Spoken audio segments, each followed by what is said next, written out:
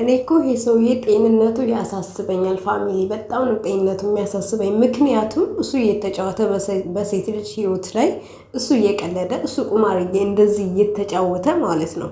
እኔ ምንም ጥፋት የለብኝም። ሩታና ሄርሜላን ነው አፉን ሞልቶ ሰው በኮንፊደንስ እንደዚህ አፉን ሞልቶ ይናገራል። እኔ ጋር ምንም ጥፋት የለም እንዴ! ከዚህ በላይ ጥፋት ምን አለ? ከዚህ በላይ ጥፋት ከዚህ በላይ በጣም እኮ ነው የተጨማለቀው። በነገራችን ላይ ኤፍሬም በእውነት አንዴ በፖክስ ብትሰጠው እኔ በጣም ደስተኛ ነኝ። በጣም ደስተኛ ነኝ። ልጇን ነጥቀሃት ያለሷ ፍቃድ ልጇን ነጥቀሃት እንደዚህ ሴት ለሴት ጋር እየሄድክ እየተልከሰከስክ፣ በዛ ላይ ደግሞ ልጇን ልትነጥቃት ምን ያህል እኔ እንጃ። ደግሞ አፉን ሞልቶ ይናገራል እንዴ! እንዴት ነው የሰው ልጅ በእሷ ነው እዚህ ደረጃ የደረስከው የተለወጥከው?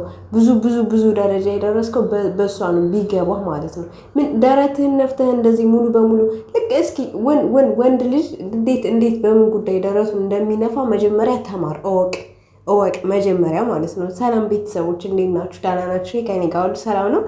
ይህንን ቪዲዮ ላይክ፣ ሸር፣ ሰብስክራይብ እያደረጋችሁ የሩት አድናቂ የሩታ ፋሚሊዎች ብቻ የሆናችሁ ይሄንን ሰውዬ በቅርብ ቀን ይዘቀዘቃል፣ ዝም ብላችሁ ጠብቁ።